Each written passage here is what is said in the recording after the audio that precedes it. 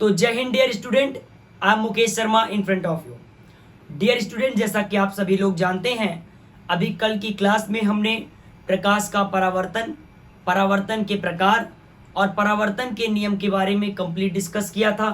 उसके बाद हमने डिस्कस किया प्रतिबिंब किसे कहते हैं, प्रतिबिंब कितने प्रकार के होते हैं, और आज की क्लास में हम कवर करने वाले हैं दर्पण किसे कहते हैं, दर्पण कितने प्रकार के होते हैं और दर्पण के क्या उपयोग होती हैं।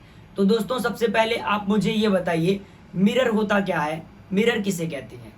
तो आप बोलोगे सर, मिरर एक ऐसा चिकना या पॉलिशदार निकाय होता है, सरफेस होता है, जिस पर कोई प्रकाश की किरण पड़ती है तो उसी माध्यम में वापस लौट जाती है, उसी निकाय को हम लोग दर्पण कहते हैं।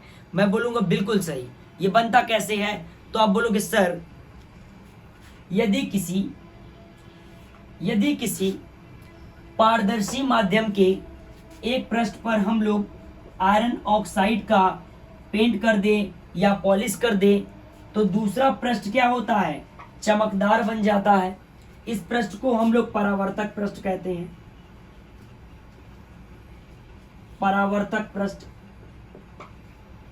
मतलब क्या है? यदि किसी पारदर्शी माध्यम के, पारदर्शी माध्यम मतलब जिससे आर पार आप देख सको, यदि किसी पारदर्शी माध्यम के एक पृष्ठ पर आयरन ऑक्साइड का लाल पेंट या फिर पॉलिश या कलई कर दिया जाता है तो दूसरा पृष्ठ क्या होता है, उस साइड का परावर्तक पृष्ठ बन जाता है। ऐसे निकाय को हम लोग दर्पण कहते हैं। दर्पण क्या है?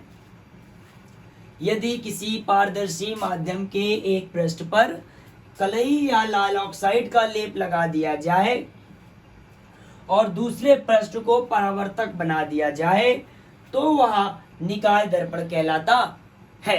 समझिए ध्यान से। यदि किसी पारदर्शी माध्यम मतलब ऐसा माध्यम जिससे आप चीजों को आर पार देख सको।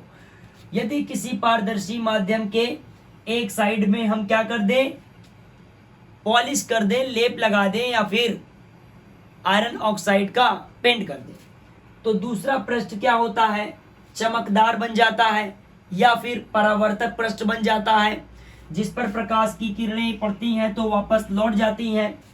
तो ऐसे बने हुए निकाय को ही हम लोग क्या कहते हैं, इसको ही हम लोग क्या कहेंगे भाई, दर्पण कहेंगे। इसको ही हम लोग दर्पण कहेंगे।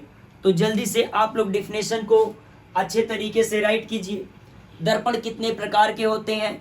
दर्पण दो प्रकार के होते हैं, समतल दर्पण और गोली दर्पण।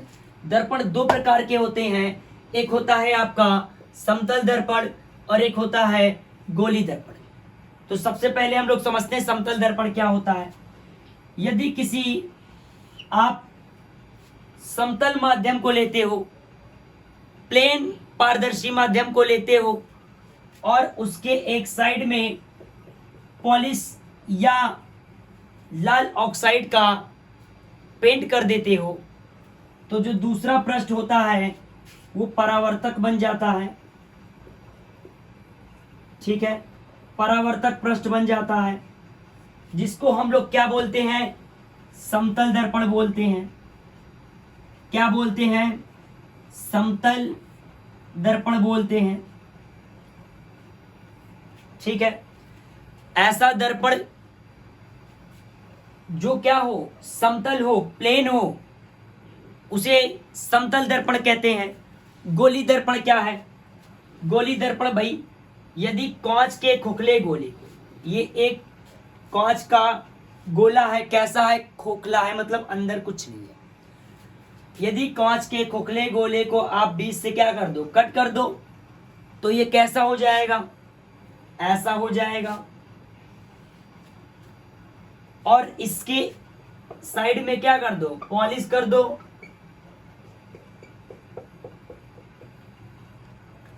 तो ये क्या बन जाएगा, परावर्तक बन जाएगा।